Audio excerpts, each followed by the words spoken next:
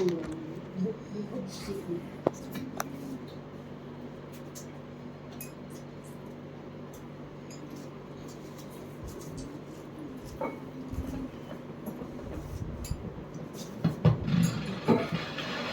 Krishna, Hare Krishna, Hare Krishna, Krishna Krishna, Hare Hare, Hare Ram, Hare Ram, Ram Ram, Hare Hare.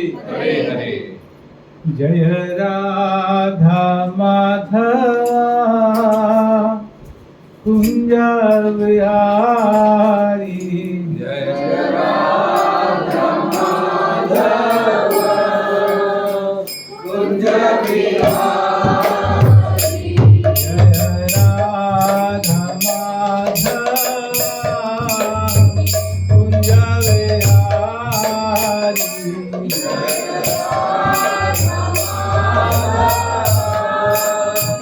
Kunja Vihari. Jaya Gopi Jana Girivaradhari. Jaya Gopi Jana Vallabha Girivaradhari. Jaya Gopi Jana Vallabha Girivaradhari. Jaya Gopi Jana Vallabha Girivaradhari. Yashodanandana Braja Jana Ranjana. Yashodanandana Braja Jana Ranjana. Yashodanandana Braja Jana Ranjana.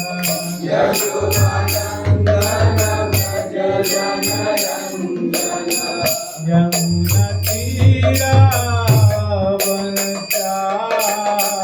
Yamuna Tira Vanachari. Yamuna Tira Vanachari. Yamuna Tira Vanachari.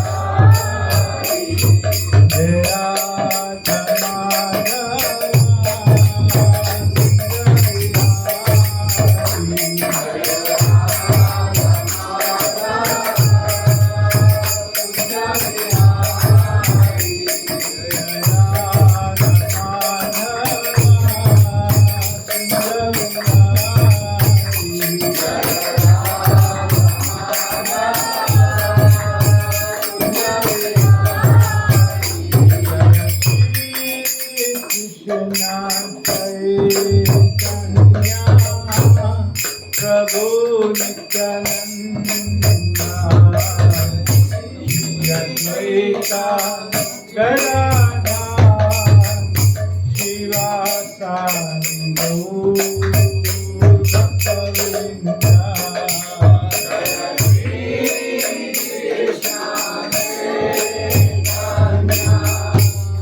Prabhu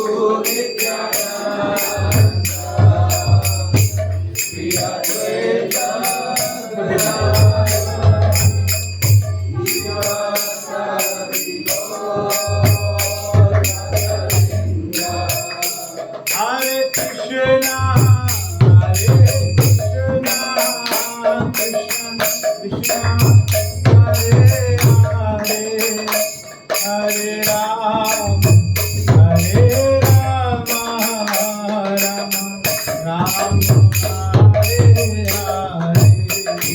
Hare Krishna, Hare Krishna, Krishna Krishna, Hare Hare, Hare Rama, Hare Rama, Rama Rama, Hare Hare. Hare Krishna, Hare Krishna, Krishna Krishna, Hare Hare, Hare Rama, Hare Rama, Rama Rama, Hare Hare. Hare Krishna, Hare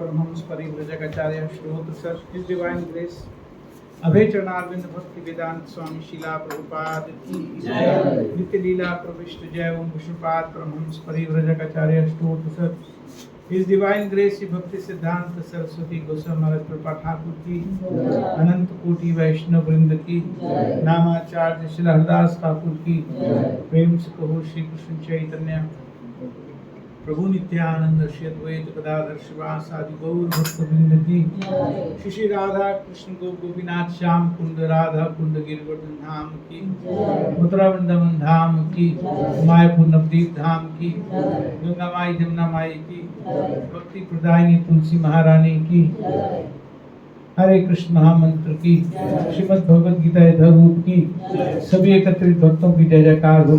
सभी एकत्रित भक्तों की जय जयकार हो। सभी एकत्रित भक्तों की जय जयकार हो। श्री गुरु गौरांग की जय। ओम नमो भगवते वासुदेवाय। ओम नमो भगवते वासुदेवाय। ओम नमो भगवते वासुदेवाय। ओम नमो भगवते वासुदेवाय। ओम नमो भगवते वासुदेवाय। ओम नमो भगवते वासुदेवाय। कृष्णाय वासुदेवाय। कृष्णाय वासुदेवाय। देवकी नंदनाय च। देवकी नंदनाय च। नंद गोप कुमाराय। नंद गोप कुमाराय। गोविंदाय नमो नमः। गोविंदाय नमो नमः। हरे कृष्णा हरे कृष्णा कृष्णा कृष्णा हरे हरे कृष्णा कृष्णा हरे हरे हरे राम हरे राम राम राम हरे हरे राम हरे हरे। लास्ट टाइम कौन सा वर्ष किया था प्रभु? 3.9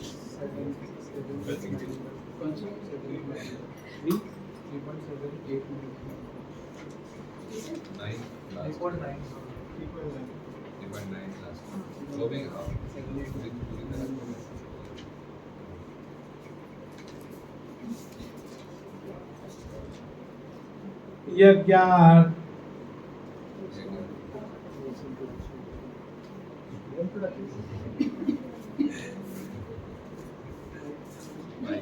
वो नहीं चल रहा, ऐसे कर दो।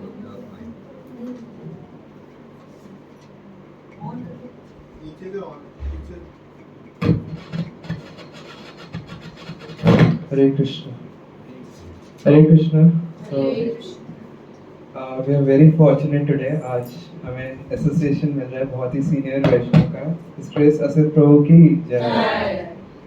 तो प्रभु जी की कृपा पूरे गुरुग्राम, सिर्फ गुरुग्राम नहीं, all over the world, because he is preaching online भी ऑफलाइन भी, तो उनकी कृपा हम सब पे बरस रही है एंड आज हमें अपॉर्चुनिटी मिली है। सो प्रभु जी काफ़ी टाइम से कृष्णा कॉन्शियसनेस में है, 96 99 सो 99 में प्रभु जी को अपॉर्चुनिटी मिली थी। उनको भगवद गीता किसी ने दी थी बुक डिस्ट्रीब्यूशन से, तो और प्रभु जी ने पढ़ी एंड उसके बाद प्रभु जी ने बाकी डिवोटीज के एसोसिएशन लिया कुवैत में, हाँ कतार में लिया था। तो तब से प्रभु जी अभी हम पे कृपा बरसा रहे हैं and Prabhu ji is disciple of his holiness Radha Govind Swami Maharaj. His holiness Radha Govind Swami Maharaj की जय। तो प्रभु जी ने भक्ति शास्त्री करी, भक्ति वैभव किया एंड उसके बाद 2008 से VIHE में प्रभु जी सिखा भी रहे भक्ति शास्त्री एंड भक्ति वैभव के कोर्सेज। तो we are very fortunate and जैसे कि नेक्टर ऑफ इंस्ट्रक्शन के 3rd वर्स में श्री प्रभुपाद बताते हैं कि प्योर डिवोटी के संग में आकर उनसे सुनकर, अगर उनसे सुनते हैं, ध्यान पूर्वक सुनते, तो क्या होता है, उससे हमारे हृदय में भक्ति जागती है और भक्ति के जागने से फिर हमारा भगवान के प्रति जो प्रेम है वो हमें प्राप्त होता है, वो वापस रीएस्टैब्लिश होता है। So we are very fortunate कि प्रभु जी माता जी आज आए हैं और हम पे कृपा बरसा रहे हैं and Prabhu ji I am very thankful to you that you've been guiding us for so long, so and we pray that this continues forever. Jai Krishna.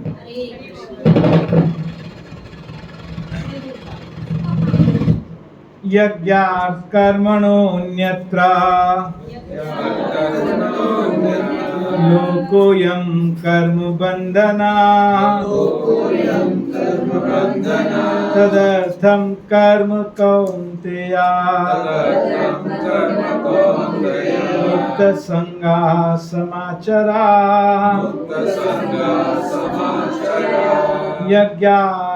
यज्ञार्थात् कर्मणोऽन्यत्र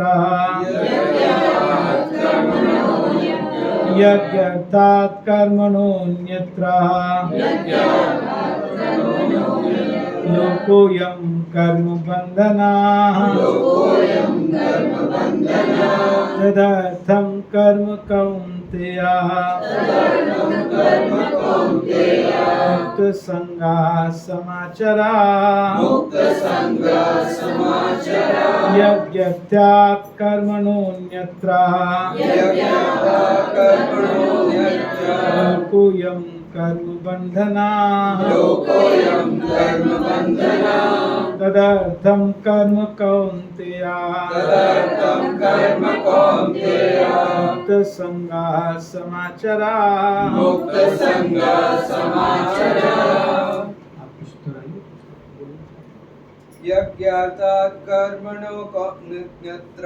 यज्ञार्थात् कर्मणोऽन्यत्र लोकोऽयं कर्म बन्धना तदर्थं कर्म कौन्तेय मुक्तसंगा समाचरा। यज्ञ अर्थात एकमात्र यज्ञ या विष्णु के लिए किया गया, कर्मणा कर्म की अपेक्षा, अन्यथा लोका संसार, अयम यह कर्म बंधना कर्म के कारण बंधन, तत् उस अर्थम के लिए कर्म कौन्तेय हे कुंती पुत्र, मुक्त संगा फलाकांक्षा से मुक्त, समाचर भली भांति आचरण करो। अनुवाद एवं तात्पर्य भक्ति वेदांत स्वामी शिला प्रभुपाद के द्वारा किया गया। शिला प्रभुपाद की जय। श्री विष्णु के लिए यज्ञ रूप में कर्म करना चाहिए, अन्यथा कर्म के द्वारा इस भौतिक जगत में बंधन उत्पन्न होता है। अतः हे कुंती पुत्र, उनकी प्रसन्नता के लिए अपने नियत कर्म करो, इस तरह तुम बंधन से सदा मुक्त रहोगे। तात्पर्य, क्योंकि मनुष्य को शरीर के निर्वाह के लिए भी कर्म करना होता है, अतः विशिष्ट सामाजिक स्थिति तथा गुण को ध्यान में रखकर नियत कर्म इस तरह बनाए गए हैं कि उस उद्देश्य की पूर्ति हो सके। यज्ञ का अर्थ भगवान विष्णु है। सारे यज्ञ भगवान विष्णु की प्रसन्नता के लिए हैं। वेदों का आदेश है यज्ञो वै विष्णु। दूसरे शब्दों में, चाहे कोई निर्दिष्ट यज्ञ संपन्न करे या प्रत्यक्ष रूप से भगवान विष्णु की सेवा करे, दोनों से एक ही प्रयोजन सिद्ध होता है। अतः जैसा कि श्लोक में संस्तुत किया गया है, कृष्ण भावनामृत यज्ञ ही है। वर्णाश्रम धर्म का भी उद्देश्य भगवान विष्णु को प्रसन्न करना है। वर्णाश्रमचारवता पुरुषेण परा पुमान विष्णुराराध्यते, विष्णु पुराण 3:8-8। अतः भगवान विष्णु की प्रसन्नता के लिए कर्म करना चाहिए। इस जगत में किया जाने वाला अन्य कोई कर्म बंधन का कारण होगा, क्योंकि अच्छे तथा बुरे कर्मों के फल होते हैं और कोई भी फल कर्म करने वाले को बांध लेता है। अतः कृष्ण विष्णु को प्रसन्न करने के लिए कृष्ण भावना भावित होना होगा, और जब कोई ऐसा कर्म करता है तो वह मुक्त दशा को प्राप्त होता है। यही महान कर्म कौशल है, और प्रारंभ में इस विधि में अत्यंत कुशल मार्गदर्शन की आवश्यकता होती है। अतः भगवत भक्त के निर्देशन में या साक्षात भगवान कृष्ण के प्रत्यक्ष आदेश के अंतर्गत जिनके अधीन अर्जुन को कर्म करने का अवसर मिला था, मनुष्य को परिश्रम पूर्वक कर्म करना चाहिए। इंद्र तृप्ति के लिए कुछ भी नहीं किया जाना चाहिए, अपितु हर कार्य कृष्ण की प्रसन्नता, उनकी तुष्टि के लिए ही होना चाहिए। इस विधि से न केवल कर्म के बंधन से बचा जा सकता है, अपितु इससे मनुष्य को कर्मशः भगवान की वह प्रेमा भक्ति प्राप्त हो सकेगी जो भगवत धाम को ले जाने वाली है। ओम ज्ञानतिमिरान्धस्य ज्ञानाञ्जनशलाकया चक्षुरुन्मिलितं येन तस्मै श्रीगुरुवे नमः।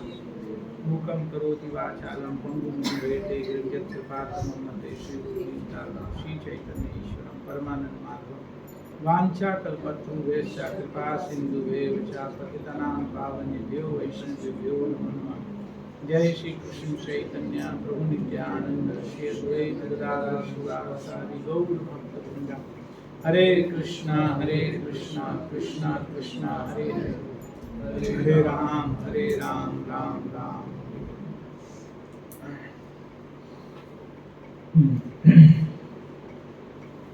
तो ये जो अध्याय है, इस तरह से आवाज आ रही है ना, पीछे स्पष्ट आवाज आ रही है। तो किस तरह से कर्म करके शुद्ध हुआ जा सकता है, किस तरह से जो मन पर पुराने अंधेरे के संस्कार, अज्ञानता के जो संस्कार पड़े हुए हैं, काम के प्रति आकर्षण है, लोभ क्रोध के प्रति आकर्षण है, ईर्ष्या मोह के प्रति आकर्षण है, तो ये जो पुराने संस्कार हैं ये कैसे शुद्ध हो सकते हैं, इसके बारे में भगवान यहाँ योग शब्द दे करके कह रहे हैं, कर्म योग। भगवद गीता में मुख्यतः 4 मार्ग बताए गए हैं। कर्म योग जो हम यहाँ पढ़ रहे हैं, इसके बाद ज्ञान योग, उसके बाद फिर ध्यान योग, फिर भक्ति योग। तो कर्म योग, ज्ञान योग और ध्यान योग ये अपने आप में पूरी तरह से भगवत प्रेम प्राप्त कराने में उतना सफल नहीं हो पाते हैं। भक्ति का टिंच, भक्ति का ट्रेस मिलना इनको जरूरी है, लेकिन फिर भी जो कर्म का बंधन है, जो आज तक हमें यहाँ बांध करके रखा है कि हमें अपने कर्मों के फल को भोगने की बड़ी जबरदस्त लालसा है। कोई भी हम कर्म करते हैं, कोई भी काम करते हैं, प्लान करते हैं, तो प्लानिंग के समय, एग्जीक्यूशन के समय रिजल्ट पर पूरा ध्यान रहता है। रिजल्ट को माइंड में रख करके ही, कर्म फल को माइंड में रख करके ही वास्तव में काम किया जाता है। कई बार तो काम चाहे जैसा भी हुआ हो, बस रिजल्ट आ जाए, अच्छा रिजल्ट आ जाए, इसकी अपेक्षा रहती है। तो वास्तव में भगवान यहाँ कह रहे हैं अर्जुन के माध्यम से कि यज्ञ अर्थात कर्मणः। यज्ञ भगवान कृष्ण का नाम है, भगवान विष्णु का नाम है। यज्ञ अवतार भी एक हुआ श्रीमद् भागवत के 4थे स्कंद में चर्चा आती है कि रुचि प्रजापति और आकुति के पुत्र के रूप में भगवान यज्ञ ने जन्म लिया था। तो यज्ञ ऐसे भी यज्ञपति भगवान का नाम है और वास्तविक भी यज्ञ विष्णु भगवान ने सबसे पहला जो मनवंतर था, ब्रह्मा जी की एक दिन में 14 मनवंतर होते हैं, एक दिन को एक कल्प कहते हैं। तो एक कल्प में 14 मनवंतर होते हैं, माने 14 बार मनु एक दिन में बदलते हैं। बहुत बड़ी इकाई है उनके जीवन की, ब्रह्मा जी के। उनका एक दिन भी बहुत बड़ा होता है। एक कल्प का मतलब होता है कि 1000 चतुर्युगी। 1000 बार जब सतयुग आता है, 1000 बार त्रेता आता है, द्वापर युग आता है, कलयुग आता है। तो जब 1000 का साइकिल खत्म हो जाता है, सतयुग आता है, फिर द्वापर, त्रेता, कलयुग, फिर वापस, इस तरह से चलते चलते जब 1000 बार ऐसे घूम जाती है पूरी घड़ी, तो फिर एक दिन 12 घंटे ब्रह्मा जी के समाप्त होते हैं। 12 घंटे की उनकी रात होती है। तो उतने बड़े काल में 43,20,000 वर्षों का एक साइकिल होता है। इन चारों युगों को मिलाएंगे तो गुना 1000, इतना बड़ा काल एक कल्प का, एक 12 घंटे का समय होता है। तो उसमें एक मनु आते हैं, 14 मनु आते हैं। एक मनु को अगर डिवाइड करेंगे तो 1000 डिवाइड बाई 71, जो भी बहुत बड़ा पीरियड आ जाता है। तो हर एक मनवंतर में एक भगवान का अवतार होता है, जिसे मनवंतर अवतार कहते हैं, हर एक मनवंतर में। तो एक दिन में कितने मनवंतर अवतार होंगे ब्रह्मा जी के? 14 मनु आएंगे तो 14 मनवंतर होंगे। और एक दिन में जब मनु बदलता है तो मनु के साथ सरकार भी बदलती है। तो सरकार में कौन कौन होते हैं? सरकार में सबसे बड़ा होता है इंद्र। इंद्र एक पोजीशन है, पद है। तो उस पद को भरा जाता है किसी उपयुक्त व्यक्ति के द्वारा। तो इंद्र, और इंद्र के साथ कुछ देवता भी हैं जो साथ में प्रकृति का, पूरी सृष्टि का संचालन करते हैं। तो ये लोग कितने समय के बाद बदलते हैं? जैसे मनवंतर में मनु बदलेंगे, उनके साथ साथ ये भी बदलते हैं। एक सप्त ऋषि बदलते हैं।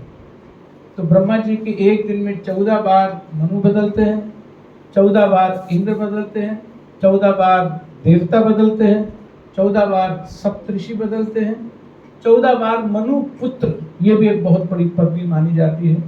तो 14 बार मनु पुत्र बदलते हैं और एक मनवंतर अवतार तो बदलता ही बदलता। तो ये 6 का ग्रुप इकट्ठा चलता है। समझ में आ गया ना? ये 6 इकट्ठे चलते हैं। 6 के 6 साइकिल कन्वर्ट होगा तो फिर नया मनवंतर आएगा। वो अपनी टीम, जैसे गवर्नमेंट चेंज होती है तो अपने अपने सब पोजीशन लेते हैं ना, ये मिनिस्ट्री ऑफ फाइनेंस, ये, तो इस तरह से सब सरकार बदलती है। तो यहाँ कहा जा रहा है कि यज्ञ अर्थात कर्मणा, यज्ञ के लिए, भगवान के लिए, भगवान विष्णु रूप से, यज्ञ रूप से जाने जाते हैं। उन्होंने मनवंतर अवतार भी यज्ञ रूप से लिया कि यज्ञ के लिए जब कोई कर्म किया जाता है, भगवान की प्रसन्नता के लिए जब कोई कर्म किया जाता है, सभी कर्म यदि भगवान की प्रसन्नता के लिए किए जाते हैं तो वो वास्तव में बंधन कभी नहीं करते हैं। नहीं तो लोकोयम कर्म बंधना, हर एक काम जो हम कर्तापन की भावना से करते हैं, कर्तापन की भावना बोले तो आई एम ए डूअर, मैंने किया ये काम, जब इस भावना से करते हैं तो उसका फल बनता है, उसका कर्म फल बनता है। और उस कर्म फल को भोगने के लिए हमें तैयार रहना चाहिए। हमारे कितने कितने कर्म फल ऐसे हैं जो अभी हमें बहुत बहुत भोगने, जिनको संचित कर्म बोलते हैं। संचित 3 तरह के कर्म होते हैं। एक होता है संचित कर्म, एक क्रियमाण कर्म और एक प्रारब्ध या प्रारब्ध कर्म। प्रारब्ध कर्म का क्या अर्थ होता है? प्रारब्ध कर्म का यह अर्थ होता है कि जब हम मनुष्य शरीर में आते हैं तो मनुष्य शरीर में हमें क्या दुख, क्या सुख, किस किस तरह से हमें पुराने कर्मों का फल मिलना है, उसको प्रारब्ध, डेस्टिनी बोलते हैं। हमारे आज तक मनुष्य जीवन जब तक हमने जितने भी पाए हैं उन सब में हमने बहुत बहुत कर्म किए हैं, बहुत बहुत कर्म किए, और हर एक कर्म का कोई ना कोई फल बन करके एक्यूमुलेट होता रहता है, जिसको संचित कर्म फल बोलते हैं। एक उदाहरण से इसको समझ लेते हैं। मान लीजिए आपके बैंक अकाउंट में 20 लाख रुपया है और आप हर महीने शुरू होते ही आप 1 लाख रुपया बैंक से विड्रॉ कर लेते हैं, ठीक है। तो एक तो 20 लाख रुपया जो आपके बैंक अकाउंट में है वो आपका है, आपने उसको यूज करना, आपको एंजॉय करना है। आप हर महीने निकाल लेते हो उसमें से 1 लाख रुपया अपना घर खर्च के लिए, कुछ किराया देना है, कुछ खाने पीने में, कोई कपड़े में, कोई बच्चों के एजुकेशन में, 1 लाख रुपया विड्रॉ कर लेते हैं और हर महीने आप कमाते भी हैं। तो जो कमाते हैं वो कमाई बैंक में डाल देते हैं, वो एक्यूमुलेट हो जाती है, फिर उसमें से लेते हैं। तो जब भी मनुष्य का शरीर प्राप्त होता है, मनुष्य का शरीर को कहा जाता है कर्म योनि। बाकी जितने भी शरीर हैं, मनुष्य के अतिरिक्त जितने भी शरीर हैं, उनको भोग योनि कहा जाता है। उसमें क्रियमाण कर्म नहीं होते, कोई इसमें कर्म ऐड नहीं होता, लेकिन मनुष्य के शरीर को कर्म योनि कहा जाता है। तो इसीलिए हर बार मनुष्य के शरीर में कर्म होकर के ऐड हो जाता है और एक्यूमुलेट कहाँ होता है, संचित कर्म, जैसे बैंक अकाउंट में मैंने कहा। तो जब हम मनुष्य का शरीर पाते हैं तो हम कब तक जीते रहते हैं, तब तक जीते रहते हैं, समझ लेना चाहिए, जब तक हमारे वो प्रारब्ध कर्म समाप्त नहीं हो जाते। हमारे दुखों के भी प्रारब्ध कर्म होते हैं, सुखों के भी, माने पुण्य फल भी होता है और पाप फल भी होते हैं। तो जो पुण्य फल हैं वो हमें सुख देते हैं, तथाकथित शारीरिक कुछ भौतिक सुख देते हैं, और जो हमारे एक्यूमुलेटेड पाप फल हैं वो हमें किसी न किसी तरह का कष्ट देते हैं, दुख देते हैं, क्लेश देते हैं, रोग देते हैं, जैसे भी इसको समझा जाए। तो ये समझ लेना चाहिए कि जो डेस्टिनी है वो डेस्टिनी ही प्रारब्ध है, जो संचित कर्म फल का एक अंश होता है। अब यहाँ पर कहा जा रहा है कि अगर भगवान की प्रसन्नता के लिए कर्म नहीं किया जाएगा तो उसका फल बनेगा ही बनेगा। इसका मतलब क्या होगा कि हर कर्म जो भगवान के साथ जोड़ करके नहीं किया जा रहा है, हर वो एक्टिविटी जो भगवान के साथ जोड़ करके नहीं हो रही है, उससे क्या होता है, संचित कर्म फल बढ़ता जाता है। वो किसने भोगना है, हमें भोगना, हमारा बैंक बैलेंस हमें भोगना पड़ेगा। और एक शरीर में संचित कर्म इतना बड़ा होता है, एक शरीर में भोगा नहीं जा सकता। कई इसमें अभी आगे मनुष्य के शरीर लेने होते हैं, और हर मनुष्य शरीर में फिर हम अपने कर्तापन की भावना से कि मैं डूअर हूँ, मैं करता हूँ, मुझे इसका फायदा मिलना चाहिए, मुझे इसका रिजल्ट मिलना चाहिए, तो हम अज्ञानतावश समझ नहीं पाते हैं कि हम स्वयं ही हमको अपने आप को बंधन में बांध रहे हैं। बात हमको समझ में नहीं आती है सरलता से कि हम जो दुख पा रहे हैं वो अपनी ही बेवकूफी के कारण पा रहे हैं। बहुत सुंदर सा यहाँ पर समाधान दिया कि यज्ञ अर्थात कर्मणा, भगवान की प्रसन्नता के लिए अगर हमारा जीवन शैली ऐसी बन जाए कि भगवान की प्रसन्नता के लिए ही प्रत्येक कर्म होने लगे, चाहे कोई बिजनेस करता है, ऑफिस में है, घर में है, या स्कूल में है, कॉलेज में है, कृष्ण को सामने रख करके, सेंटर में रख करके जब जीवन चलाया जाता है, भगवान की प्रसन्नता के लिए बिजनेस, भगवान की प्रसन्नता के लिए ऑफिस, भगवान की प्रसन्नता के लिए घर, व्यापार, पढ़ना, सब कुछ सेंटर में जब भगवान होते हैं, उनका ध्यान करके, उनका स्मरण करके, उनकी सेवा मान करके जब कर्म किया जाता है, एज ए सर्विस जब कर्म किया जाता है, उसका कोई फल नहीं बनता है, क्योंकि वो डिवोशनल सर्विस हो जाता है। एक कर्म होता है, एक विकर्म होता है और एक अकर्म होता है। कर्म का अर्थ होता है जो शास्त्र संगत एक्टिविटी है, उसको कर्म कहते हैं। जो शास्त्र के विरुद्ध एक्टिविटी है, शास्त्रों ने जिस काम के लिए निषेध किया है कि ये काम नहीं करना है, ये काम नहीं करना है, ये काम नहीं करना है, अगर वो काम होते हैं तो उसको विकर्म कहा जाता है। और तीसरा होता है अकर्म। कर्म और विकर्म भौतिक शरीर पर प्रभाव डालते हैं और अकर्म सीधा आत्मा से रिलेटेड होता है। अकर्म का शरीर के साथ कोई संबंध नहीं होता है। अकर्म से आत्मा की उन्नति होती है, अकर्म होता है भक्ति। तो जब भगवान को सेंटर में रख करके, भगवान को साथ जोड़ करके, भगवान की प्रसन्नता के लिए जब कर्म किया जाता है तो वो बन जाती है डिवोशनल सर्विस, अर्थात अकर्म। अकर्म माने जिसका कोई भौतिक रिएक्शन नहीं होता, इसलिए उसे अकर्म कहा जाता है।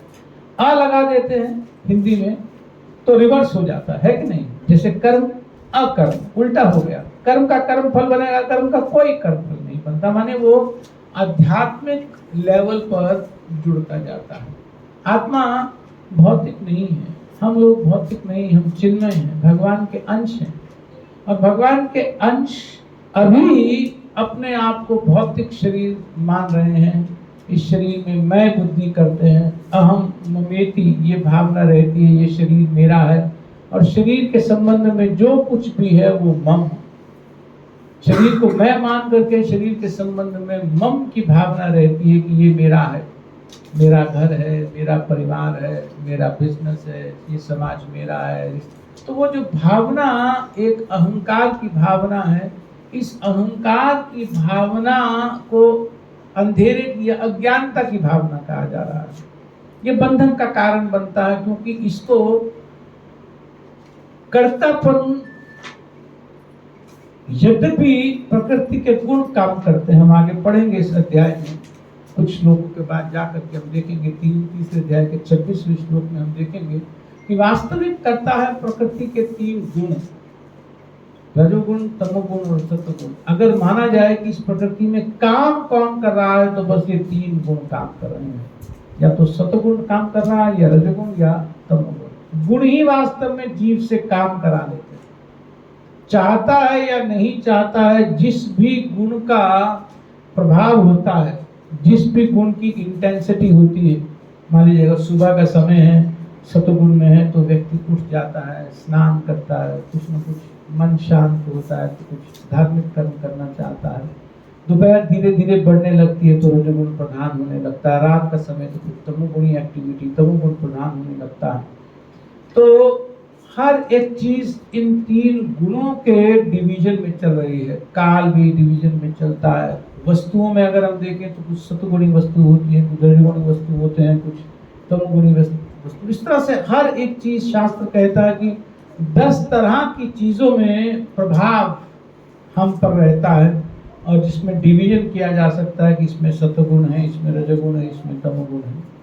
तो सीधा सा ये समझ लेना चाहिए कि हम कर्ता क्यों अपने आप को मान लेते हैं, इसीलिए मान लेते हैं कि आई एम ए डूअर, क्योंकि हम गुणों के प्रभाव में हैं।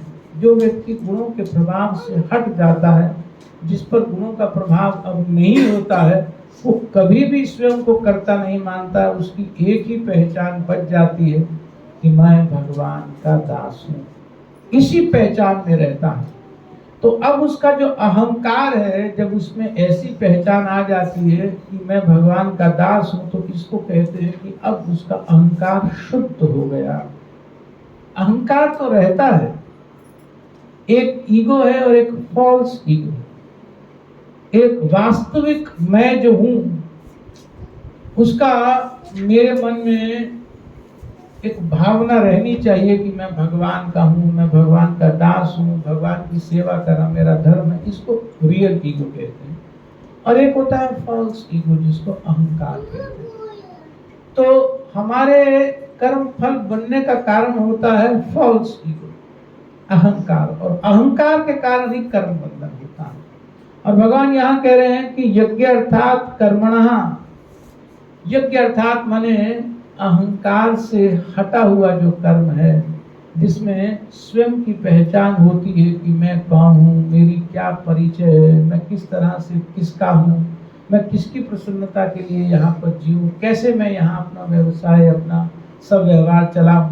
तो जब भगवान बीच में रहते हैं और भगवान को साथ में रख करके भगवान के निमित्त, भगवान की प्रसन्नता के लिए, भगवान के सेवार्थ जब काम किया जाता है तो वो कोई बंधन नहीं बांधता है। इसी को कर्म योग की संज्ञा दी जाती है। और अन्यथा लोकोयम कर्म बंधना, भगवान करेंगे तो बंधन और बनेंगे, बैंक बैलेंस जुड़ता जाएगा, कर्म फल संचित फल बढ़ते जाएंगे। तदर्थम कर्म कौन्तेया, इसीलिए कुंती पुत्र तुम भगवान की प्रसन्नता के लिए कर्म करो, मुक्त संगा समाचर, और मुक्त संग होकर के फिर आराम से विचरण कर सकते हो। वास्तव में होता क्या है कि अगर कर्म शुद्ध होने लगते हैं तो भक्ति की तरफ एक नेचुरल अट्रैक्शन बनने लगता है।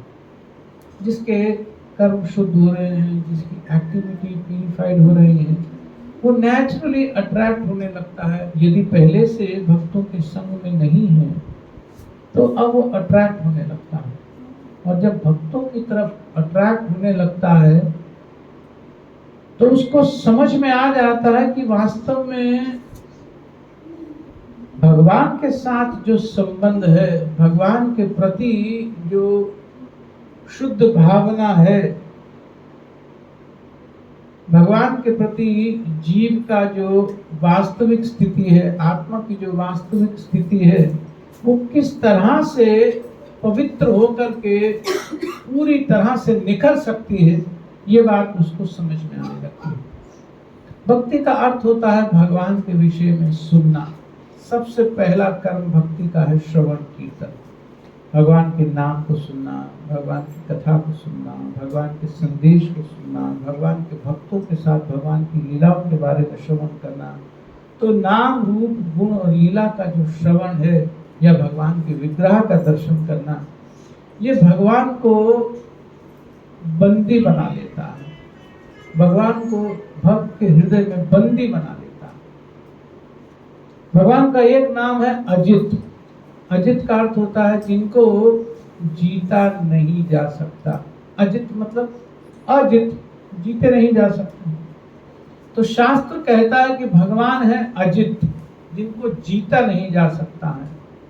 लेकिन जो भक्त भगवान के विषय में सुनने को आतुर हो जाते हैं, भगवान के बारे में जानने के लिए आतुर हो जाते हैं, भगवान का नाम बहुत अच्छे से तन्मय से लेते हैं, भगवान के बारे में शास्त्रों से सुनने में जिनकी रुचि उत्पन्न हो गई है, ऐसे भक्त भगवान को जीत लेते हैं, भगवान को खरीद लेते हैं। श्रीमद् भागवत का ये बहुत सुंदर श्लोक है।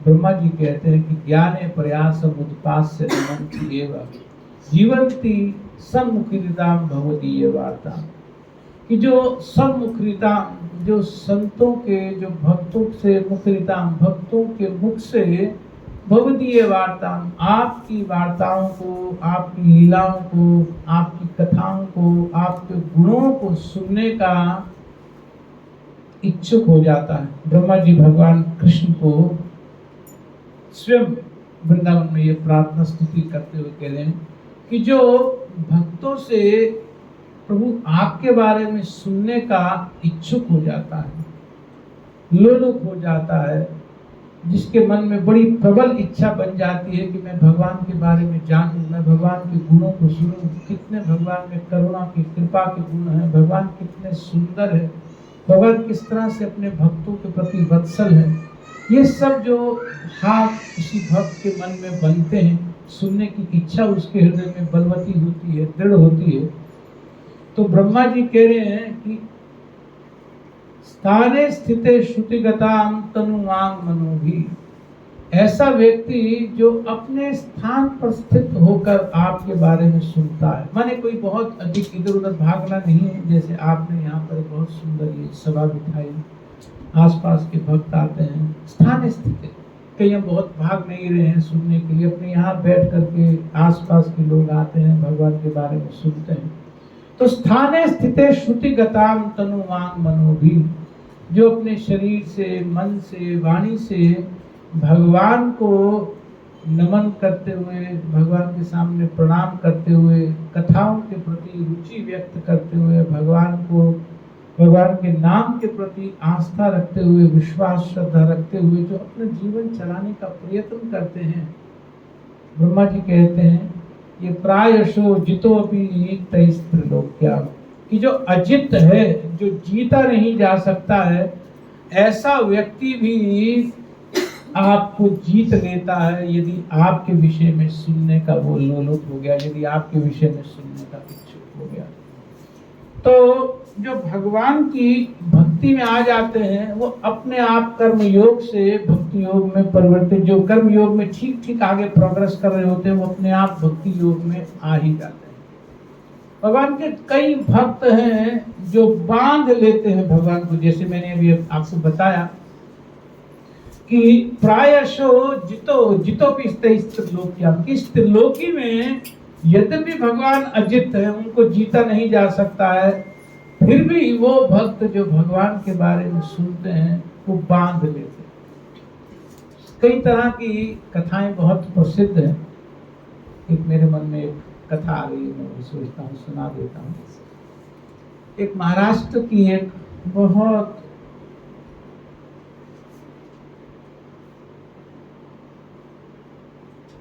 बहुत साधु एक डिवोटी थी जिसका नाम था सुखुबाई। तो ब्राह्मण के यहाँ पर जन्म लिया था सुखुबाई ने महाराष्ट्र में, और उनका गांव पड़ता था पंढरपुर के पास। पंढरपुर एक जगह है, आपने नाम सुना होगा, रुक्मिणी जी का मंदिर है, रुक्मिणी और पंढरीनाथ भगवान का मंदिर है। तो उसके आसपास ही कहीं 10-20 किलोमीटर, बहुत दूर नहीं, वहीं पर उनका जन्म हुआ था सुखुबाई का। तो भगवान की भक्ति में धीरे धीरे परिवार में भी कुछ एनवायरनमेंट अच्छा था, माता पिता भी भगवान के पंढरीनाथ के भक्त थे, पंढरपुर जाया करते थे, तो बच्चों में स्वभावतः वो सब आने लगता है, जो माता पिता करते हैं वो देखते हैं, उनको प्रभावित होते हैं, तो उनमें भी वो सब गुण विकसित होने लगते हैं। तो सुखुबाई माता पिता को करते देखती थी, तो वो भी पंढरीनाथ जी की बहुत भक्त हो गई। विवाह हो गया सुखुबाई का, लेकिन जहां विवाह हुआ यूं तो वो ब्राह्मण परिवार था, लेकिन भगवान की भक्ति में जीरो, बिल्कुल किसी तरह का, जैसे घर वहां था बिल्कुल उसका रिवर्स सिचुएशन यहाँ सुखुबाई को देखने को मिला। किसी भी तरह की कोई भावना नहीं, भक्तों का संग नहीं करना, नाम जप नहीं, भगवान का विग्रह आराधना नहीं, किसी तरह का कोई मंदिर जाना आना, सुनना, दिया दीपक कुछ नहीं, बस नाम के ब्राह्मण। अब विवाह हो गया वहां पर, अब क्योंकि वो खुद नहीं करते थे तो इसको भी नहीं करने देते थे। शुरू में तो जैसे उसका रूटीन था सुखुबाई का अपने घर पे, उसने वैसे ही इम्प्लीमेंट करने का प्रयास किया, तो डांटने लगे, क्या सुबह 4 बजे उठ जाती है, आवाज करने लगती है, हमारी नींद डिस्टर्ब हो जाती है, क्या सुबह फटफट बोलती रहती है। तो वो थोड़ा देर से उठ करके कुछ चुप धीरे से वो अपना जप करने लगी, या वो भगवान को उठाती थी, या कुछ फोटो उसने रखी, कुछ पूजा आरती भोग कुछ तो नहीं करने देते थे। सारा दिन सुखुबाई से घर का काम कराते थे, सारा दिन। माता पिता थे परिवार में और उनका हस्बैंड तो बस उसी तरफ था, माता पिता की तरफ बिल्कुल जुटा हुआ था, तो जैसे माता पिता बोलते थे वैसे वो सुखुबाई के साथ करता था व्यवहार। तो सहन करती थी, कोई नहीं। हालत ये हो गई कि सुखुबाई का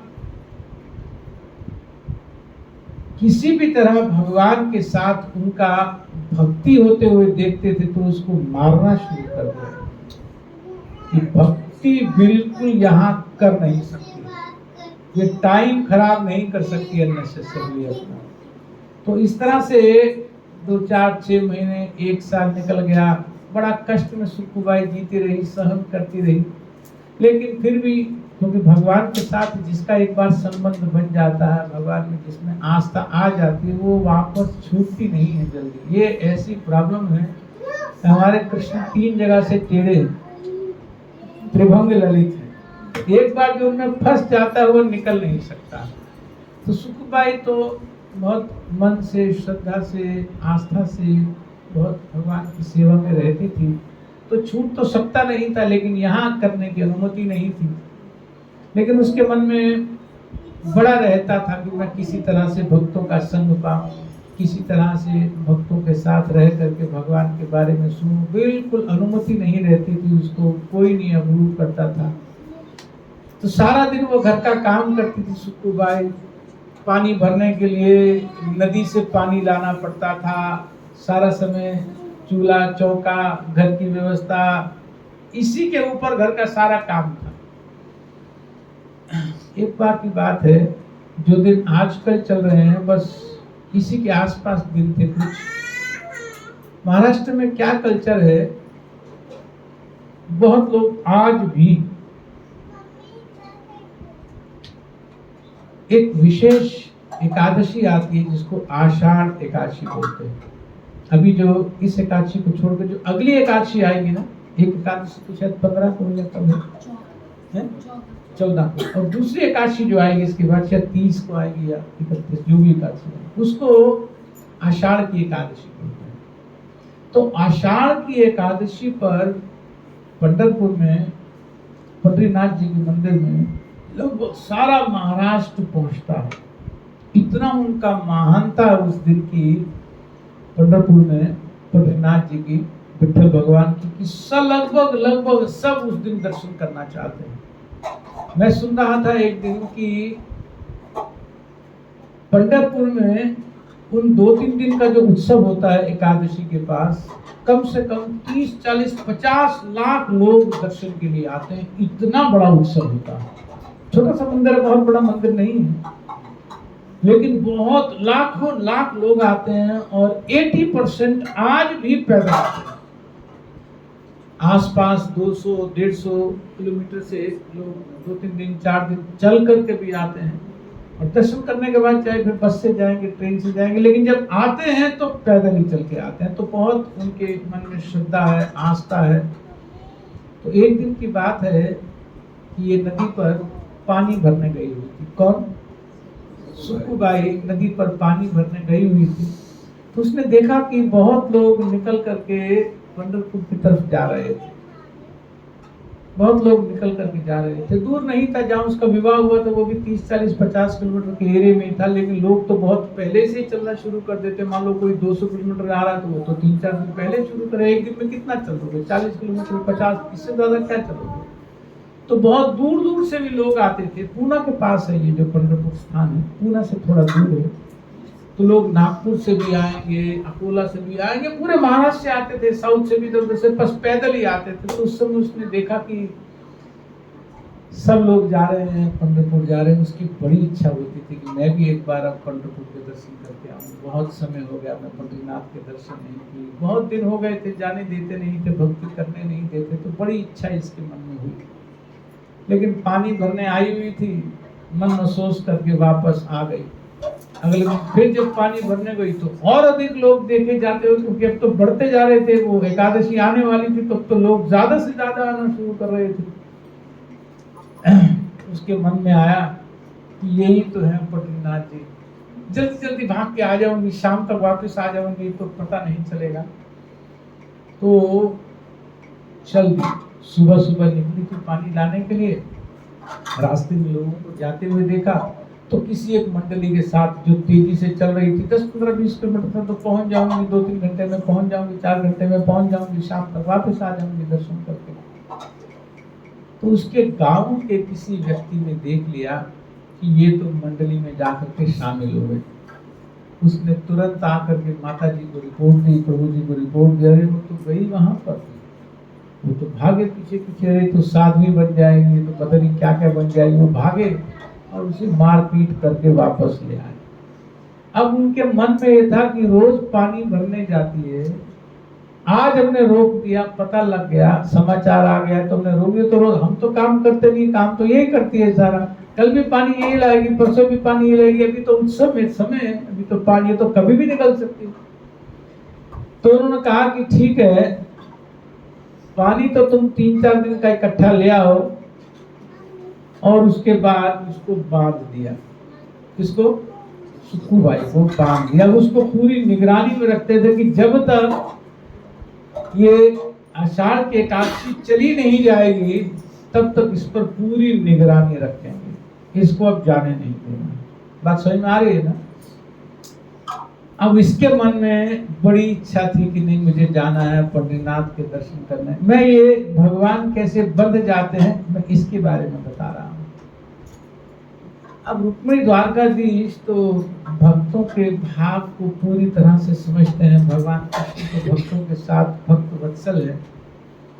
जब उसने बड़ी आर्त स्वर से भगवान को बुलाया, पंडितनाथ जी को बुलाया, विठल भगवान को बुलाया कि मैं आना चाहती हूँ आपके पास, आना चाहती हूँ, अब तो भगवान से रहा नहीं गया।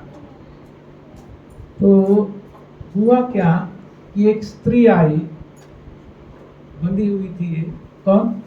सुकुबाई। सुकुबाई बंधी हुई थी। तो एक पड़ोस की स्त्री आई और उसने कहा कि तुम्हारी सासू माँ मुझे मिली थी अभी नदी के पास पानी के लिए, वो गई हुई थी वहां पर देखरेख करने के लिए। तो उसके मन में बड़ा आया कि हमने सुकुबाई के साथ अच्छा नहीं किया, उसको बांध करके रखा हुआ, उसे जाने नहीं दे रहे हैं। तो उसने मेरे हाथ मैसेज भिजवाया है कि जा करके उसको बोल दो कि सुकुबाई चली जाए लेकिन रात तक वापस जरूर आ जाए। सुकुबाई तो खुश हो गई, बात करेगा अच्छा मैं तुम्हारा खोल देती हूँ, तुम ना खोल करके निकल जाओ, शाम तक रात तक वापस। हाँ जरूर आ जाऊंगी। उसने सोचा पड़ोस की है, बोल रहा, और सासू माँ ने कहा होगा देख ही रही है मुझे कि मेरी कितनी ऐसी हालत हो रही है भगवान का दर्शन करने की। तो सुकुबाई को खोल दिया इस पड़ोस की औरत ने। अब सुकुबाई तो भागे भागी सबसे आगे निकल गई, सबसे आगे निकल गई। अब वो जो लेडी थी वो कौन था? वो थे तो वही। तो उन्होंने कहा कि अब ये सांस आएगी, अब सांस आएगी, यहाँ सुकुबाई को देखेगी कि यहाँ सुकुबाई नहीं है, इनको तो पता कहाँ गई है, तो भागेंगे उसको वहां से घसीट के लाएंगे, बड़ा कष्ट होगा, उसको तो दर्शन नहीं करने देंगे। तो वो सुकुबाई बंद करके, जैसे सुकुबाई बंधी थी वैसे बंध गई। सुकुबाई बंध के वहां अपने आप को बांध दिया।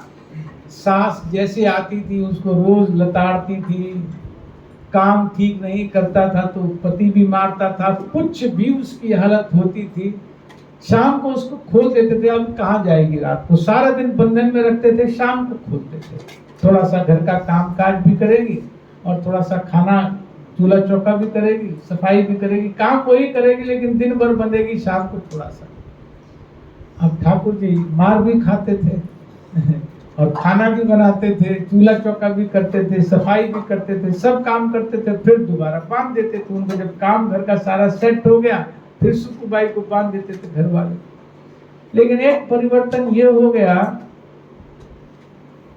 कि उनको वो खाना स्वादिष्ट बहुत लगने लगा। अब जब ठाकुर जी खुद बनाएंगे तो खाने में क्या है, तो अमृत है वो। तो हम भोग लगाते हैं तो हम पवित्र हो जाते हैं। यज्ञ अर्थात कर्मणो नेत्र, भगवान को भोग लगाते हैं, एक भावना से बनाते हैं, लेकिन हम प्रसाद पाते हैं तो पवित्र हो जाते हैं। भगवान देखते हैं बस, प्रसाद को देख करके खा लेते हैं। अगर खुद अपने हाथ से बनाएंगे और परोसेंगे पति देव को, सासू माँ को, ससुर जी को, वो क्या, तो एकदम ऐसा अमृत जैसा।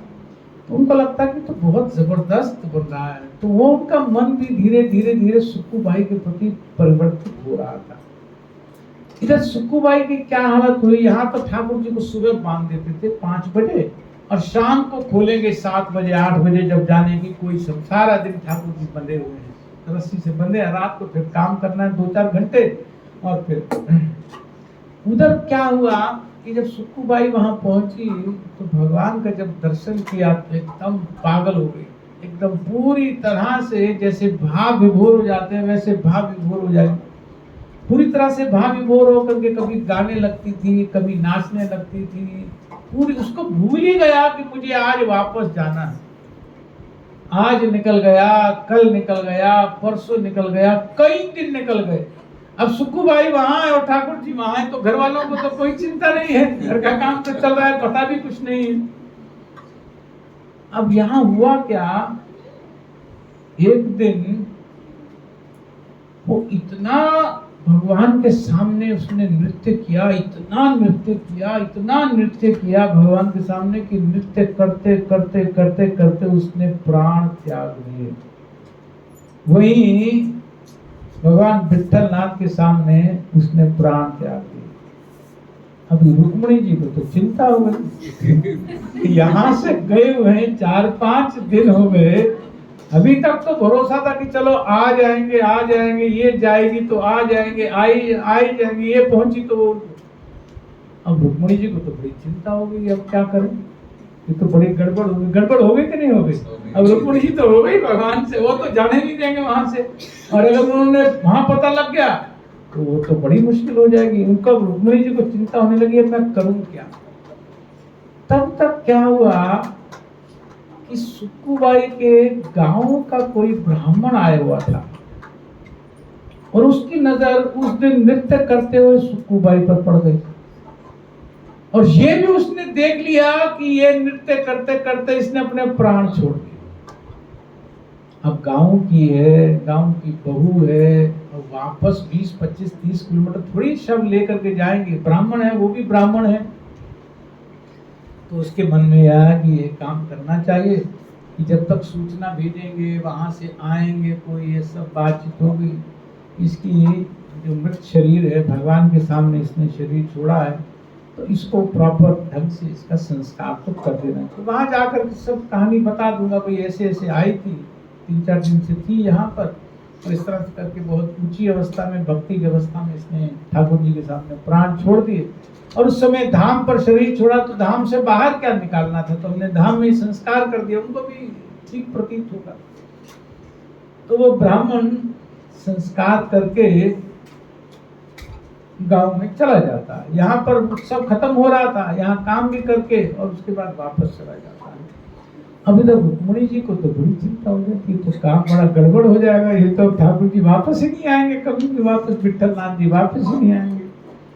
तो रुक्मिणी जी क्या करती हैं कि वहां से जहां पर ये दाह संस्कार किया होता है सुक्कूबाई का, वहां पर जा करके उसकी अस्थियों को लेती है और अस्थियों को अपनी कृपा से जोड़ करके फिर से सुक्कूबाई बनाती है। सुक्कूबाई फिर रुक्मिणी जी की कृपा से जिंदा हो जाती है, फिर उनको प्रेरणा देती है, बात करती है उनसे इस तरह से, तुम्हारा ये गांव है, तुम्हें वापस जाना है, तो भेज देती है वहां पर। जहां वहां भेजती है, गांव में वो पहुंच जाती है, तो वही स्त्री जो आई होती है, कौन सी स्त्री, जिसने आकर के पड़ोस वाली स्त्री ने कहा होता है कि तुम्हारी सास ने भेजा है कि अब तुम जा सकती हो शाम रात तक, वो स्त्री ना पानी भरने आई होती है। कहाँ पर, शाम के समय कुछ पानी भरने आई होती है नदी के किनारे, रोज काम करने आती है। तो वो देखती है कि सुक्कूबाई आ रही है, भगवान को तो सब पता ही था, तो आकर के बोलती है, देखो ये तुम्हारी सास ने ना मुझे ये पानी भरने के लिए भेजा है, तुम्हें तो यहाँ थी नहीं, लेट पहुंच, अभी देर हो गई तुम्हें, बहुत क्या 3-4 दिन लग गए, बहुत टाइम लग गया, तुम्हें उसी दिन आना चाहिए था। तो नहीं, कोई बात नहीं, तुम ऐसा करो, घर में अब पानी की जरूरत है, तुम ये भरो पानी और घर पहुंचो, मुझे तुम्हारी सासू माँ ने भेजा है पानी भरने के लिए। तो जहां पर सिचुएशन छोड़ी होती है सुक्कूबाई वहीं से शुरू हो जाती है, उसको तो पता ही नहीं चलता कुछ पीछे क्या हो गया। तो सुक्कूबाई भरती है पानी और लेकर के घर। तो घर वालों को डाउट होना चाहिए, कोई डाउट है नहीं, कोई डाउट की गुंजाइश की कोई स्थिति नहीं है। तो जैसे ही आती है सुक्कूबाई, पानी रखती है तो देखती है बहुत अच्छा चल रहा है यहाँ पर, किसी ने मुझे 4 दिन बाद आ रही हूँ, 1 दिन की परमिशन मिली थी, किसी ने टोका नहीं, सब बड़े खुश हैं, बड़े शांत हैं, बड़े प्रसन्न हैं और बड़े आदर के साथ मिल रहे हैं। अब तो ठाकुर जी ने प्रसाद खिलाया होता है उनको बहुत बहुत अच्छे से बना करके, तो बहुत मन तो उनका बदल गया होता है। तभी होता क्या है, वो जो ब्राह्मण जिसने दाह संस्कार किया होता है वो ब्राह्मण आ जाता है अब ब्राह्मण घर पे आ जाता है और ब्राह्मण देखते हैं सुक्कूबाई का तुम्हें दाह संस्कार करके आया, यहाँ कैसे आ गई सुक्कूबाई। तो पहले तो समझता कुछ भूत बात का चक्कर तो नहीं है, लेकिन फिर आ करके बोलते कि ये वापस कैसे आ गई, मैं तो खुद दाह संस्कार किया। तुमको समझ में तो गई नहीं यहाँ से, दाह संस्कार क्या करेगा? तुम क्या कहाँ की बात कर रहे हो? कोई खा के आगे क्या कुछ गड़बड़ चीज ऐसे नशे में बात कर रहे हो? बोले नहीं, मैं सच्ची बात बता रहा हूँ, तुम चाहो तो इससे पूछ लो कहीं गई थी कि नहीं गई थी। अब सुक्कूबाई से पूछा, सुक्कूबाई को तो पता था कि सास ने भेजा, वो ना क्यों करेगी? बोले हाँ गई तो थी लेकिन आने में देर हुई। वो कब गई थी, किस दिन गई थी?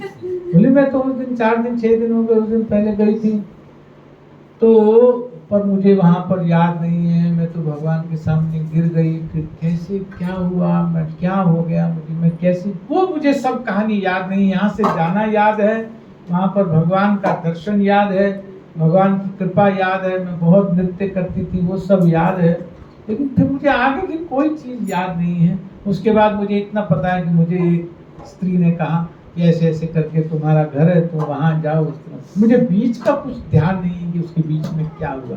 बोले बीच का तो मैं बता रहा हूँ ना क्या हुआ, बीच की गड़बड़ तो मैं बता रहा हूँ। अब जब घर वालों ने ये सुना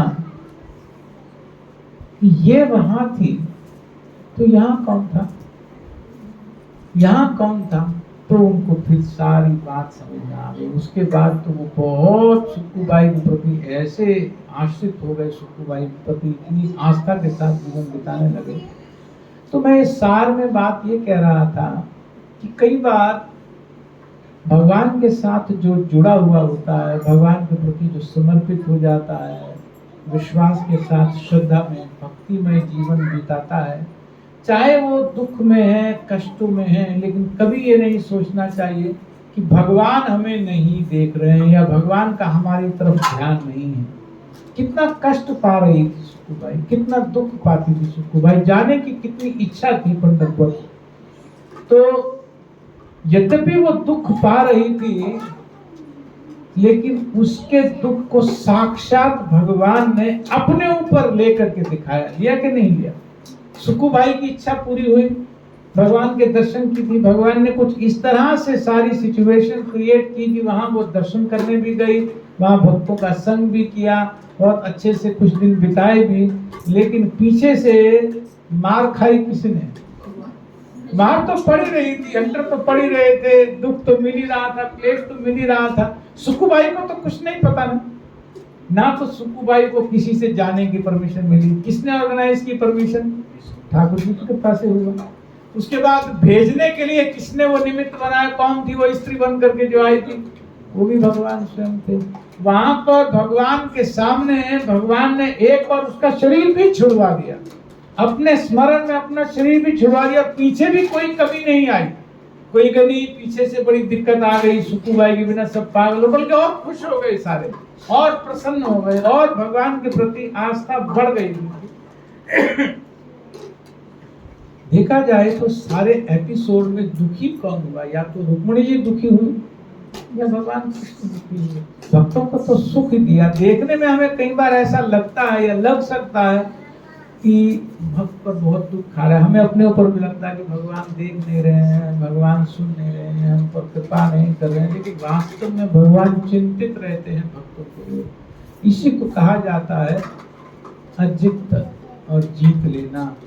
जो भगवान के साथ जुड़ जाता है, विशेष तौर पर जो भगवान के श्रवण कीर्तन के माध्यम से भगवान के प्रति समर्पित हो जाता है, विश्वास मानना चाहिए अपने हृदय में कि जो भगवान के बारे में सुन रहे हैं, भगवान का गुणगान कर रहे हैं, भगवान का नाम जप कर रहे हैं, भगवान का कीर्तन करते हैं, भगवान उन्हें अपने स्मरण से कभी हटने नहीं देते। अहम भक्त पराधीनो नहीं स्वतंत्र इव दुजा। भगवान विष्णु बोलते हैं दुर्वासा मुनि को 9वें स्कंद में श्रीमद् भागवत के। दुर्वासा मुनि ने श्राप दे दिया था किसको? अम्बरीश महाराज को।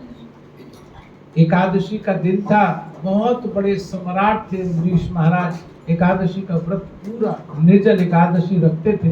तो दुर्वासा मुनि तो बहुत बड़े ऋषि, तो आए थे एक बार द्वादशी सुबह सुबह, जैसे एकादशी में प्राय सब निर्जल व्रत रखते थे, तो निर्जल व्रत रखने के बाद अगले दिन जब पारण का समय आता है तो पारण के समय भी समय पर पारण करना होता है, ये नियम है।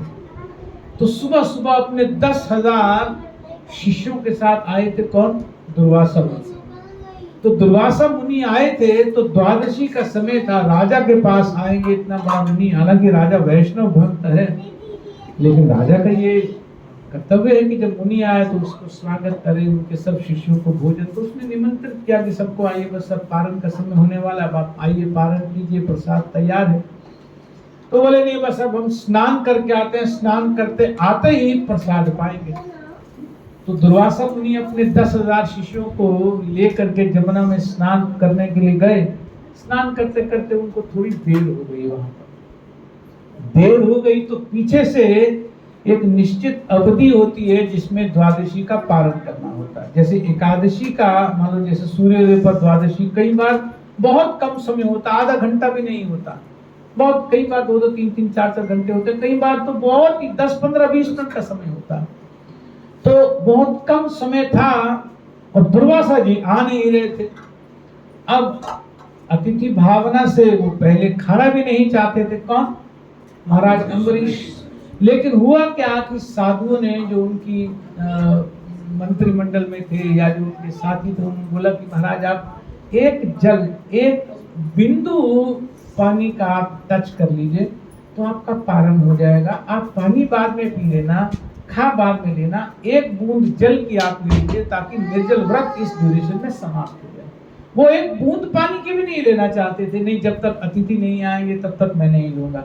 लेकिन होते होता क्या, बिल्कुल आखिरी मोमेंट हो गया, तब उन्होंने एक बूंद पानी की पी और दुर्वासा मुनि जी को पता लग गया।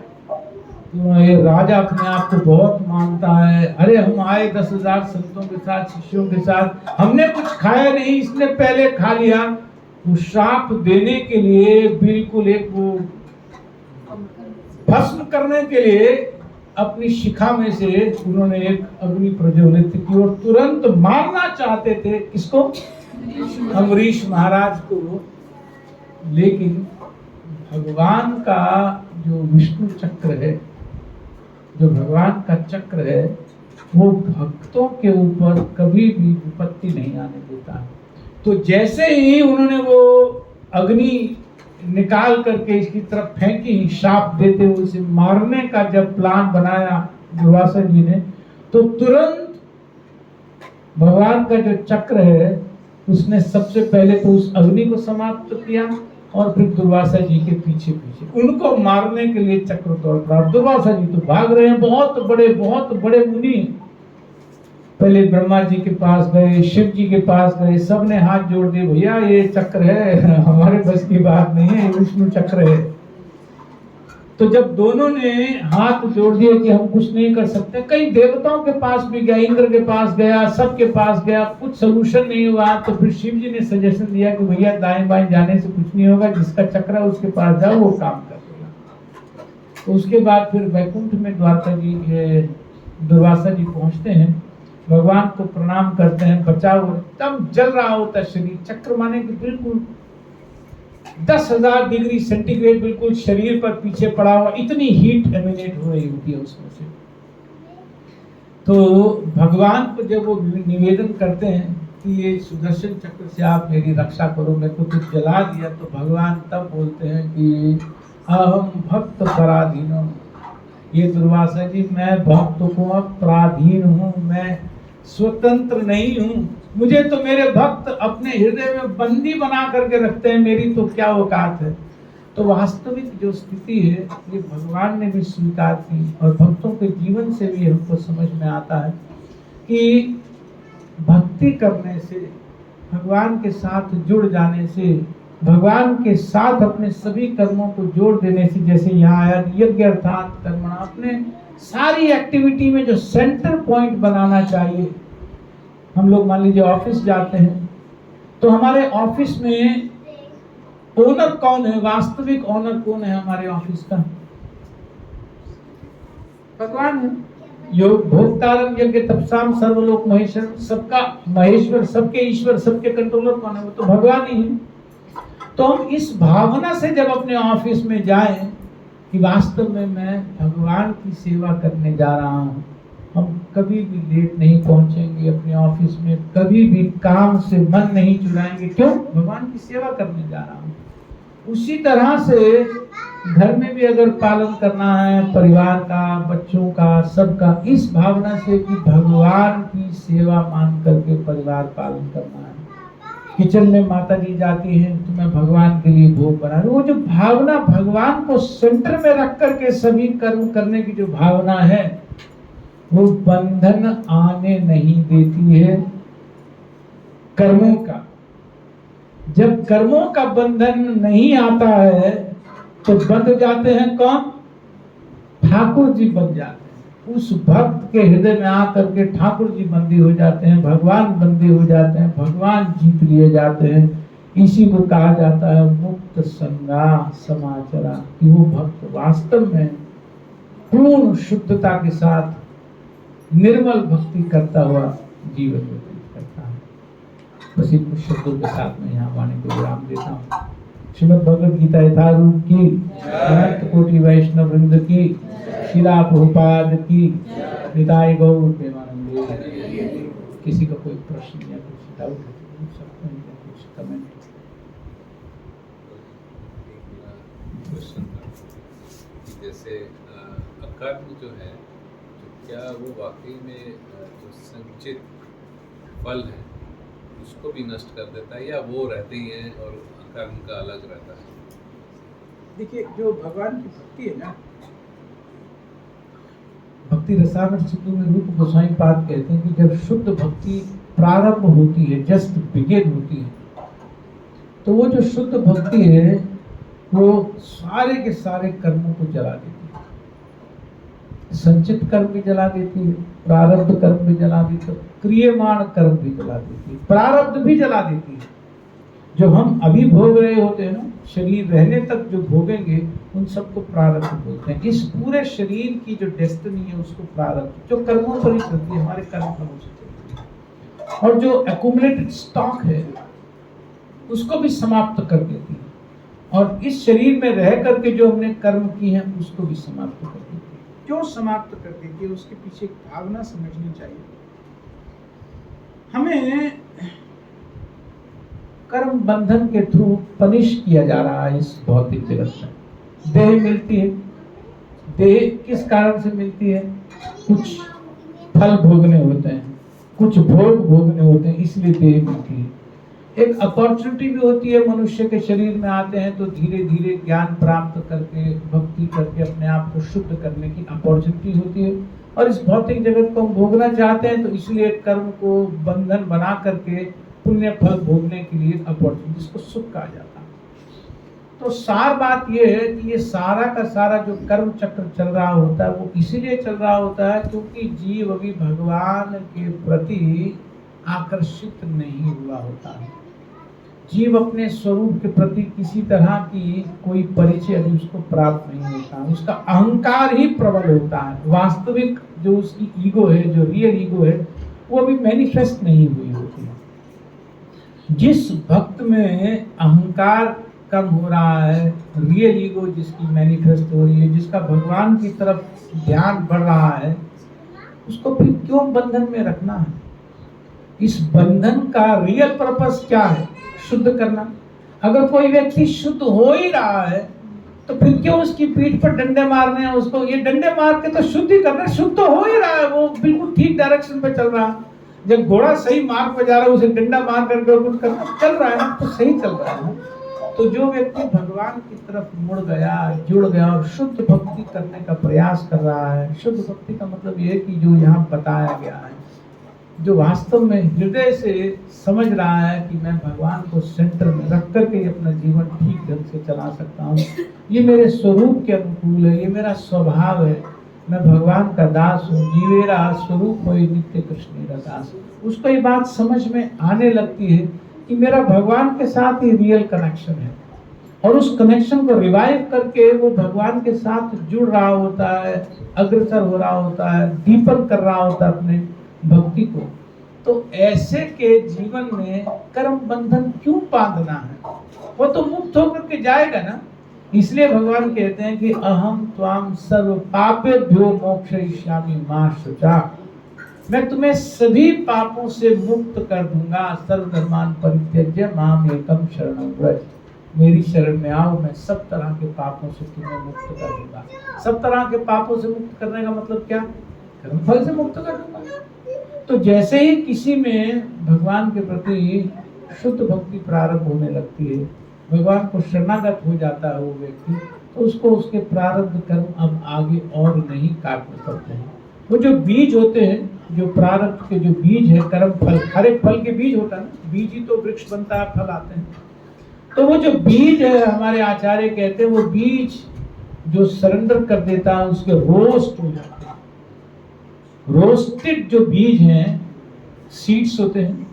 अब सीड्स ऐसे जमीन पे डालो, मिट्टी में डालो तो मैनिफेस्ट हो जाएंगे, फ्रक्टिफाई हो जाएंगे, अंकुरित हो जाएंगे। लेकिन आप एक बार रोस्ट कर दो उनको आग पे, फायर में, कितना ही डाल दो खाद, कितना ही डाल दो पानी, रोस्टेड बीज कभी भी अंकुरित नहीं हो सकते हैं, फ्रक्टिफाई नहीं हो सकते हैं। तो भगवान की भक्ति में कर्माणि निर्दहति किंतु च भक्ति भाजा, ब्रह्मा जी कहते हैं, जो कर्म है वो निर्दहति, उनका दहन हो जाता है। जैसे बीजों का रोस्ट करके फ्राई हो जाते हैं, फिर मिट्टी में डालो तो कभी पेड़ नहीं बनते हैं, तो फल कहाँ से आएगा? वो बनेगा, पौधा बनेगा, बड़ा होगा, फिर उसमें फल लगेंगे, तब तो ना फल मिलेंगे खाने को। जब बीज फ्रक्टिफाई नहीं हो सकता तो फल कहाँ आएगा? तो भगवान की भक्ति करने से सब तरह के कर्म का बंधन, सब तरह के बीज समाप्त हो जाते हैं। ठीक है? जैसे पाप के बीज तो भगवान स्वयं बोलते हैं, हम सब पाप, लेकिन क्या पुण्य के बीज साथ नहीं करते हो? इस भौतिक जगत में पाप और पुण्य की पैकेज डील है।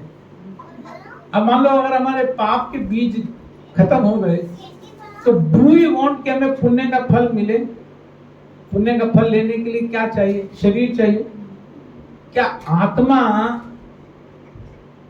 जो चिन्मय है वो चाहेगा कि इस भौतिक जगत के पुण्य भोगे? जिसको आनंद आ रहा होता है, आत्मा की खुराक मिल रही होती है, क्या वो शरीर के भोगों में बहुत रस प्राप्त करेगा? तो उसने क्या करना पुण्य फलों का? उसके लिए तो पुण्य भी पाप ही जैसे हैं, क्योंकि भगवान से दूर रख रहे हैं, भगवान के धाम से, शुद्ध स्तर से, चिन्मय जगत से दूर रख रहे हैं, तो उसको तो पुण्य फल भी पाप जैसे ही लगते हैं। भगवान की भक्ति करता हुआ जो व्यक्ति प्रगति कर रहा होता है, उसे भौतिक जगत के पाप फल और पुण्य फल दोनों में कोई आकर्षण नहीं रह जाता, दोनों उनको पाप ही लगते, दोनों ही कष्टकारी नजर आते हैं। जिसकी आत्मा की स्थिति उन्नत हो जाती है, क्योंकि आत्मा तो अपने आप में अपने स्वभाव को देख रहा होता है ना कि कितना आनंदित हो रहा है। हमें शरीर के भोग क्यों अच्छे लगते हैं? क्योंकि भी आत्मा का सुख हमें मिला नहीं होता, आत्मा का आनंद हमको प्राप्त नहीं हुआ, तो हम हैं आत्मा। तो जब अपनी खुराक हमको मिल रही है, तो फिर इस देह को पोषण करने का हमें क्या, तो अंदर से ही प्रोग्रेस हो रही है ना, रियल प्रोग्रेस हो रही है। तो फिर पुण्य जाए पाप जाए, क्या करना है? ये भी तो आर्टिफिशियल कवरिंग है ना, पुण्य भी तो आर्टिफिशियल कर। आत्मा का तो पुण्य पाप कुछ होता नहीं, आत्मा का तो एक ही स्वरूप होता है, भगवान की सेवा, है ना। और वो तो अकर्म होता है, वो तो ना कर्म होता ना विकर्म होता। तो कर्म का फल मिलता है पुण्य, और अकर्म का विकर्म का फल मिलता है पाप। जीव को अपना फल मिल रहा है, आत्मा का चिन्मय फल मिल रहा है, तो क्या करेगा ये इस तरह का बाहर के आवरण का फल? और किसी का कोई प्रश्न? जी, हम सरेंडर क्यों नहीं कर पाते कंप्लीटली? ये भी हमारे कर्मास की वजह से होता है, या मतलब हमारा अहंकार? जैसे अभी मैंने बताया कि जो श्रवण है ना, मतलब वो आधार बनता है, सबसे सॉलिड आधार होता है सरेंडर करने के लिए श्रवण। जिसके जीवन में श्रवण है, जिसने अपने जीवन को श्रवण से जोड़ा है, मैं जैसे एक श्लोक कोट कर रहा था, स्थाने स्थितेषु विगताम तनुवान मनोभि, कि जो अपने स्थान पर रह करके और खूब सुनता है, भगवान के बारे में सुनता है, भगवान के गुण, भगवान की लीलाओं को सुनता है, भगवान के नाम को सुनता है, भगवान के विषय में, भक्तों के विषय में सुनता है, वो भगवान को बंदी बना ही लेता है। भगवान श्रीमद् भागवत के पहले स्कंद के दूसरे अध्याय में कहते हैं कि शृण्वताम स्वकथा कृष्णा पुण्य श्रवण कीर्तना हृदयन्तस्तो विभद्राणि विदुनोति सुहृत्सताम्। तो कहते हैं कि जो सुनने के लिए तत्पर है। सबसे बड़ा पुण्य बता रहे हैं श्रवण कीर्तन।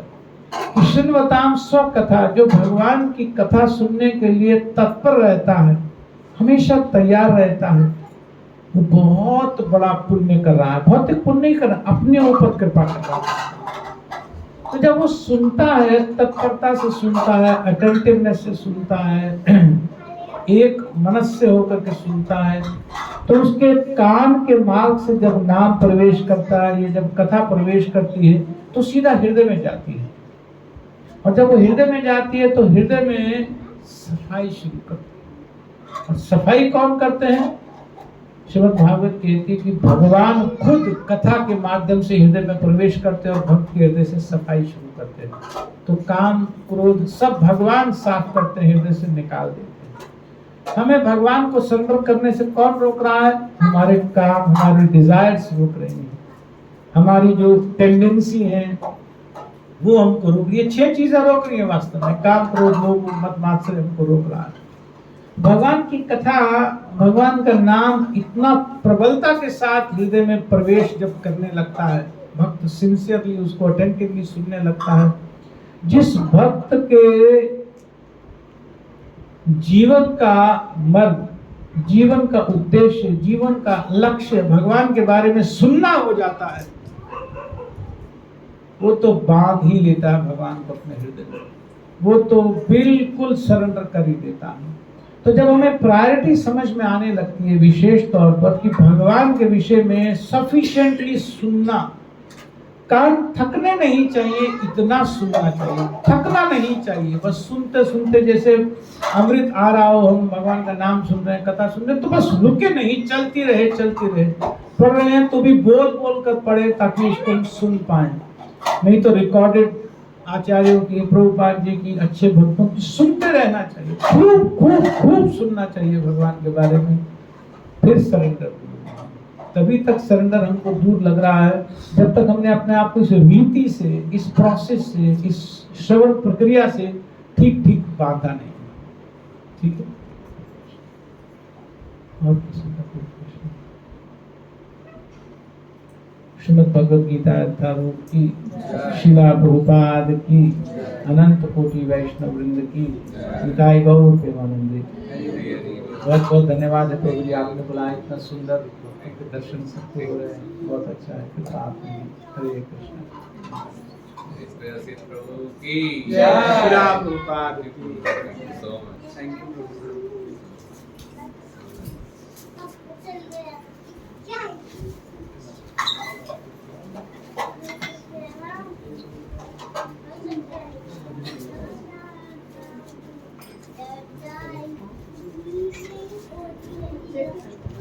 Thank you.